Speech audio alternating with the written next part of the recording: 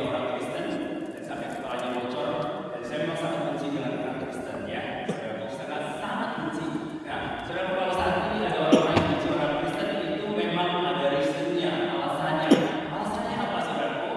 Karena memang kalau kita pelajari sejarah bahwa kita itu seperti kakak adik ya, satu bapak tapi tidak ibu ya, ingat ya, Ishak dan Ismail itu adalah adik. Saudaraku, ketika Sarah punya anak berapa ya, berikan bantunya ya, dan kemudian akhirnya apa? Melahirkan seorang anak, dan kemudian di usia yang sudah lanjut, Sarah dikasih anak. Ya, ketika dikasih anak maka diusirlah ya Ismail dan diusir, dan sejak saat itu mereka punya kepahitan. Kenapa alasannya sampai sekarang banyak orang di sebelah sana untuk membenci orang Kristen? Alasannya yaitu ya karena satu kandung dari bapak dan kakak adik diri ya. Tapi saya saudaraku, memang itu udah di dalam Alkitab bahwa kita ini seperti domba yang diutus ke tengah ke tengah serigala. Serigala itu buas atau cuma? Buas. Serigala itu buas. Berarti kalau kita ikut Yesus berarti ada resiko ya. Resiko satu, mungkin dikunci, dua dikucilkan dari keluarga. Mungkin bagi saudara bapak-bapak ibu yang para prajurit Kristus yang di sini yang mungkin lahir dari keluarga Kristen atau dari kandungan sudah Kristen, mungkin dia jadi problem. Tapi yang lahir dan kemudian di usia dewasa yang di tengah-tengah keluarga bukan Kristen itu satu problem ketika kita mengambil keputusan mengikuti Yesus ya. Satu resiko yaitu pasti akan dikucilkan dari keluarga, dan kedua pasti tidak diakui, dan bahkan mungkin hal yang mungkin sangat menakutkan bagi orang-orang yang tadinya bukan Kristen dan percaya Yesus adalah hal warisan keluarga ya. Nanti kalau kamu ikut Yesus maka kamu tidak akan dapat bagian dalam keluarga kekayaan ya. Satu ketika kakek saya mau meninggal, dia katakan begini, kakek saya mau meninggal, dia pesan wasiat bahwa anak cucu saya jangan sampai ada yang percaya kepada Tuhan Yesus Kristus. Dan saudara di situ terniang terus bahwa ini wasiat atau untuk buat saya. Nah saudara, tapi pada waktu 18 tahun tepatnya saya puji Tuhan, Roh Kudus jawab saya dan saya menerima Kristus sebagai Tuhan dan Juru Selamat pribadi. Waktu itu orang tua saya sangat menentang saya, tapi puji Tuhan pada setelah perjalanan 23 tahun saya menjadi orang percaya, dan ibu saya mengalami sakit. Pada waktu mengalami sakit ibu saya tulangnya terjadi akibat itu dan usia sudah tua. Saudara, dan juga waktu pasti tidak bisa karena sudah tua, tapi ibu minta doa pada saya. Coba kalau kamu doa dengan Tuhanmu dan saya sembuh, maka saya akan percaya kepada Yesus Kristus. Dan setelah saya doakan, sebulan kemudian dia akhirnya menerima kesembuhan yang luar biasa, dan dia mengalami kesembuhan, dan dia saat itu juga mengambil keputusan menerima Kristus sebagai Tuhan dan Juru Selamat pribadi. Karena itu bukan saya bukan harta yang saya minta, tetapi Tuhan, sebelum ibu bapak saya meninggal, mereka menerima Kristus. Kenapa saudaraku? Karena di luar Kristus tidak ada keselamatan. Dan kepastian kekekalan bersama ibu bapak saya. Kalau kita minta, ayah saya dan ibu saya meninggal umur 99 tahun. Kemudian ayah saya, pada waktu ayah saya sebulan sebelum meninggal, dia mengalami masalah saudara, karena ayah saya dia pegang susu ya, makanya kuat saudara sampai umur 104. Dan saudara, pada waktu pas COVID, saya juga kita nggak boleh pulang ya, nggak boleh pulang, semua di lockdown dan nggak boleh pulang. Tapi Tuhan berikan hikmat pada saya dapat telepon dari keluarga saya bahwa kamu harus pulang. Dan saya katakan sama Tuhan, bagaimana caranya supaya saya bisa pulang. Akhirnya saya minta surat tugas untuk mengambil khotbah di kampung saya, kebetulan di halaman saya ada gereja, dan minta surat tugas supaya saya bisa khotbah di sana sehingga ketika ada pemeriksaan ya teman-teman pemeriksaan yang saya tunjukkan surat tugas itu. Dan puji Tuhan, pada waktu pas hari raya Idul Fitri yang pertama, saya percaya pasti para petugas itu sibuk dengan hari raya ya.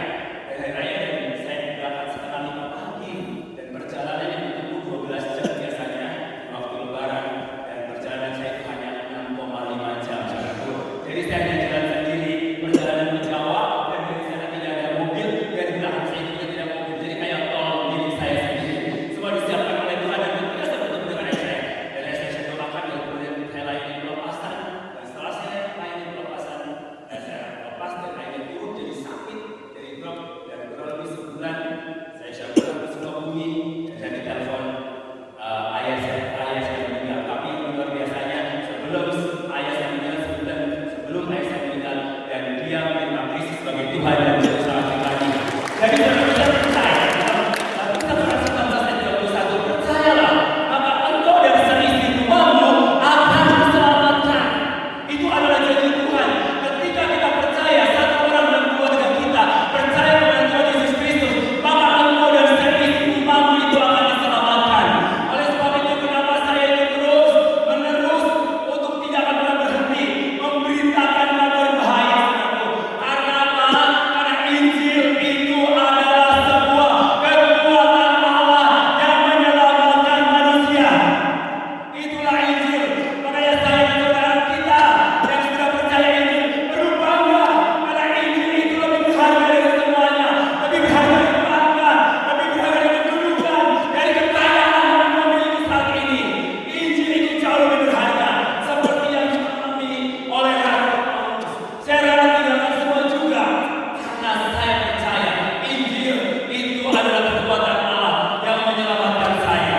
Saudara-saudara yang dikasihi dalam Tuhan Yesus Kristus, mari kita buka Alkitab kita dalam 2 Korintus 1:9 ayat 14 sampai 18. Ini bicara tentang kisah Rasul Paulus, bagaimana Rasul Paulus itu begitu luar biasa untuk menyampaikan Injil. Oke, mari kita baca secara bersama-sama 1 Korintus 9 ayat 14 sampai 18. Mari kita baca dari semuanya. Kita baca firman Tuhan ini. Baca sama-sama mulai dari ayat yang 14, 2, 3. Demikian pula Tuhan telah berkatakan bahwa mereka yang menggunakan ini harus juga berkita itu. Tetapi aku tidak pernah mempergunakan satu pun dari hartaku. Aku tidak menulis semuanya ini supaya aku diperlakukan juga demikian. Sebab aku lebih suka menjadi muda. Sungguh pemegang menjaga badan tiadakan siapapun juga. Karena jika aku memberitakan Injil, aku tidak mempunyai alasan untuk memegahkan diri. Sebab itu adalah keharusan bagiku. Celakalah aku jika aku tidak memberitakan Injil. Kalau ada yang kata, aku melakukannya menurut kehendak sendiri, memang aku berhak menerima upah. Tetapi karena aku melakukannya bukan menurut kehendak sendiri, pemberitaan itu adalah tugas penyelenggaraan dari tanggungan kepadaku. Kalau demikian, apakah upahku? Upahku ialah bahwa aku boleh memberitakan Injil tanpa upah, dan bahwa aku tidak mempergunakan hakku sebagai pemberita Injil. Silakan duduk. Berbahagia orang yang membaca dan merenungkan firman Tuhan siang dan malam, dan terlebih berbahagia lagi adalah orang yang melakukan firman Tuhan siang dan malam. Dia seperti pohon yang ditanam di tepi aliran air yang selalu menghasilkan buah pada musimnya. Nah, saudara, apa itu Injil? Nah, Injil saudara arti dikenal dalam bahasa Inggris good news. Nah, good news itu kabar baik. Kabar baik apa? Kabar baik apa, saudara? Kabar baik bahwa Kristus mati karena dosa-dosa kita. Dia dikuburkan dan dia bangkit pada hari yang ketiga. Jadi itu adalah kabar baik.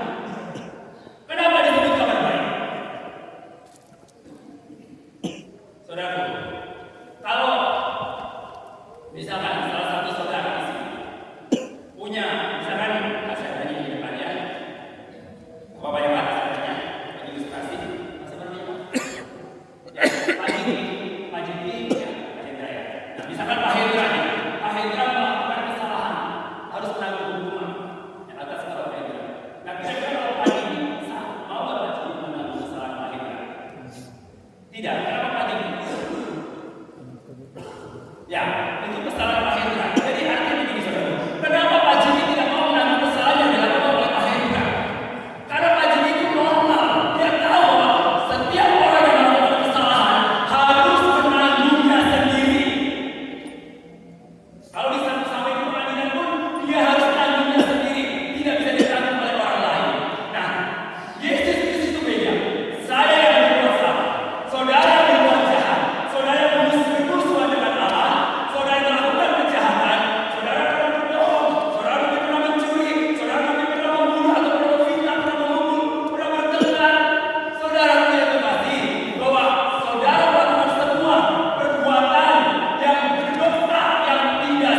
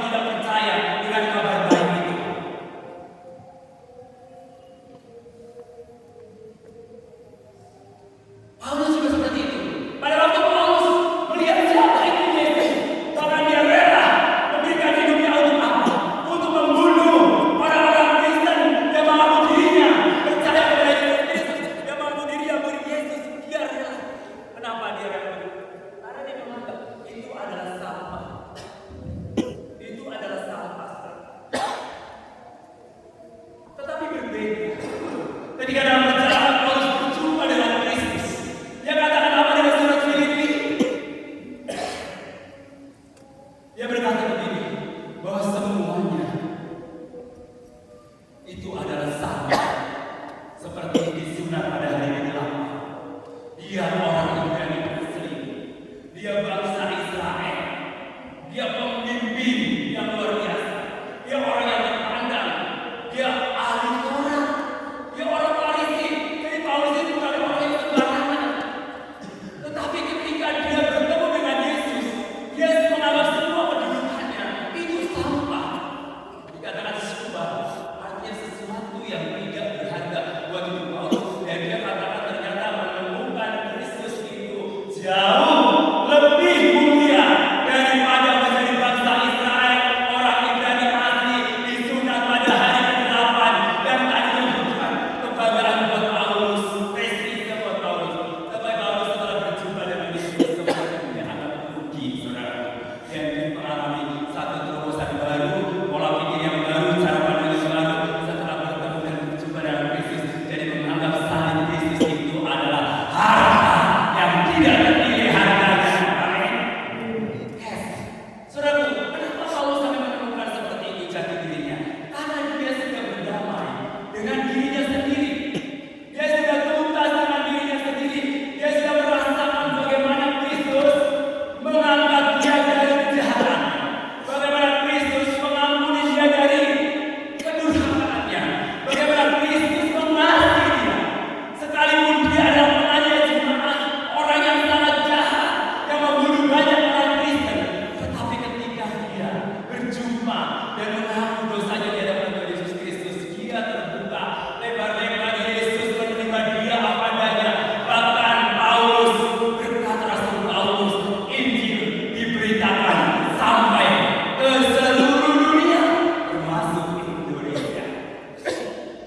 Saya baru ini beberapa kemarin baru tiba dari Nias. Saya dari Nias Barat, Nias Selatan, dan Sibolga. Saudara, saya cukup bangga ya dengan orang Nias ya. 97% itu orang-orang Nias mengatakan Tuhan. Ya, ada yang melakukan sungguh-sungguh, ada yang sulit, minimal seperti itu, saudara. Dan dia tidak mudah dipengaruhi oleh ajaran-ajaran yang menyesatkan, saudara. Dan begitulah pandangan manusia mereka. Ketika kami datang ke sana, saudara planning ini setelah sampai di sana, planning harus ini dengan berbagai artinya revival terjadi di Nias Selatan dan Nias Barat. Dan saudara yang kata setelah Yesus Kristus. Dan kenapa? Saya setiap bulannya itu punya planning bahwa saya harus keluar daerah Sukabumi. Jadi tidak makanya mungkin teman-teman saya seperti di Nias saya tidak ada di tempat, karena ada di luar, ada di pulau, di daerah-daerah terpencil. Saya suka planning ya. Saya ingin menjangkau untuk Indonesia dari Sabang sampai Merauke. Saya dari Sabang sudah, tapi di Merauke belum. Tapi saya percaya ada orang Merauke di sini. Angkat tangan. Ada yang bisa dari Merauke? Haleluya. Ya, kita merasakan. Ada yang dari Merauke. Ada yang bisa dari Sabang di sini Sabang? Sabang nggak ada ya. Pada waktu Sabang itu bukan non ya. Jadi saya berdoa di sana. Kenapa? Karena saya percaya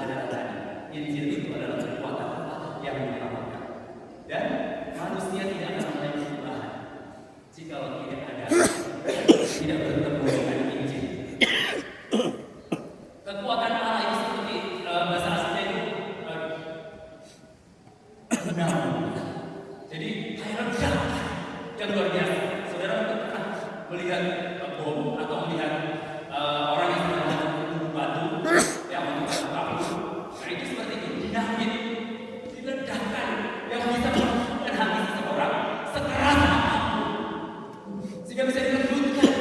Makanya nggak heran kalau ada orang yang membenci Kristus, itu luar biasa, ada masalah apa-apa. Karena satu hal pasti, dia dijamah oleh Tuhan. Ada banyak kesaksian orang-orang yang begitu keras dan fanatik dengan Kristus dan Roh Kudus yang melawat dengan apa? Dengan caranya Tuhan. Salah satu kakak saya, dia seorang yang sangat radikal dan sangat keras. Tapi bagaimana caranya? Ketika Tuhan sudah menetapkan dia dipilih oleh Tuhan, Tuhan berjumpa secara pribadi, bahwa dia mengingatkan. Makanya pentingnya di dalam penginjilan, pentingnya disupport dengan doa. Doa saudara sangat penting sekali. Mensupport hamba Tuhan yang pergi dari pulau ke pulau, desa ke desa, pelosok untuk menyampaikan kabar. Saya bertemu dengan orang-orang daerah di sana. Begitu pada malam mirisnya apa bantuan dari daerah, mungkin jadi kota, udah hidup berkelimpahan. Mereka malah mungkin berbagai pokoknya lebih daripada berusaha. Tapi kalau di daerah, kadang-kadang uang 100.000 itu sangat berpartisipasi buat mereka. Mereka itu, tapi mereka sedih. Kalau kan mereka makan, cuma ada sayur. Bahkan kadang-kadang pernah ada batunya 3 hari makan. Itu tapi mereka begitu semangat.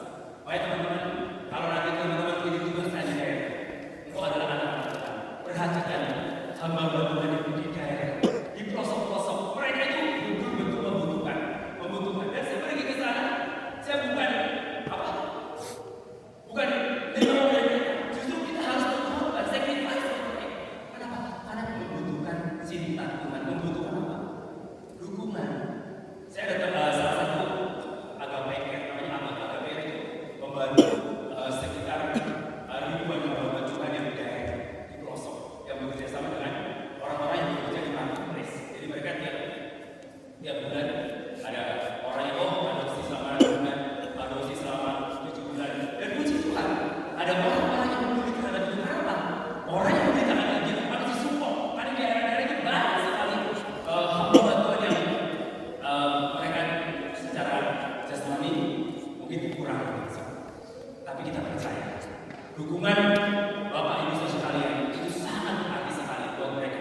Jadi pesan saya, jika saudara bertugas ke satu daerah, saudara bertemu mungkin ada bantuan yang di daerah di pelosok, saudara jangan segan-segan. Kenapa? Taburlah buat mereka. Orang yang menabur tidak akan pernah kekurangan. Amin. Ya, saya mengalami ini. Saya dulu pada waktu tahun 2003, saya berada di titik nol. Tuhan tiba-tiba suruh saya buka panti asuhan. Saya nggak punya uang, saya hanya punya 200.000. Tuhan suruh buka panti asuhan. Saya berdoa, Tuhan, gimana saya buka panti asuhan dengan uang 200.000? Tapi Tuhan katakan dengan tegas, buka panti asuhan. Akhirnya, saudara dengan nekat dan iman, dengan modal iman saya buka panti asuhan. Saudara buka panti asuhan dengan uang 200.000. Dan saya kumpulkan teman-teman, bikin akte, yayasan, dan saudara. Tiba-tiba saya dikirim dari Kalimantan berapa? 30 anak. Jadi minibus dikirim satu minibus 30 anak. Saya kaget. Tapi saya bilang sama Tuhan yang menurut, Tuhanlah yang menjawab. Yang berbuat kita apa? Hanya taat. Taat dan lakukan. Itu kuncinya saudara. Gak ada yang lain. Di dalam mengerjakan Injil ini, taat. Saya percaya. Kenapa? Karena Tuhan berjanji, pergilah jadikan semua bangsa muridku. Baptislah mereka dalam nama Bapa dan dalam Roh Kudus, ajarlah mereka melakukan kehendak Bapa. Dan di ayat terakhir ketahuilah, aku akan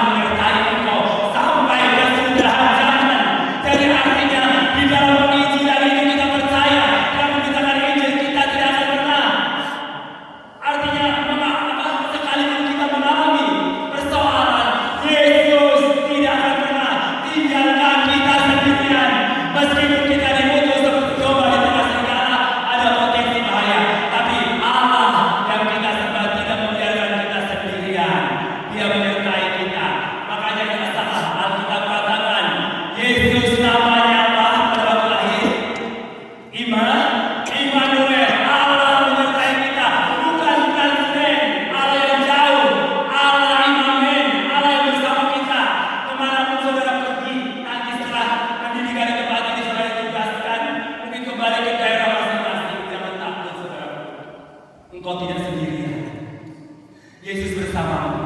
Kalau mau mengandalkan Yesus, nggak perlu ngeluarin apapun. Kau hanya taat dan percaya. Itu jauh lebih enak daripada saudara sudah mengeluarkan banyak. Tetapi saudara, hidup saudara tidak tenang. Tapi bersama Yesus, saudara bisa kekal yang bisa. Saudara suka dengan kejadian ini yang segala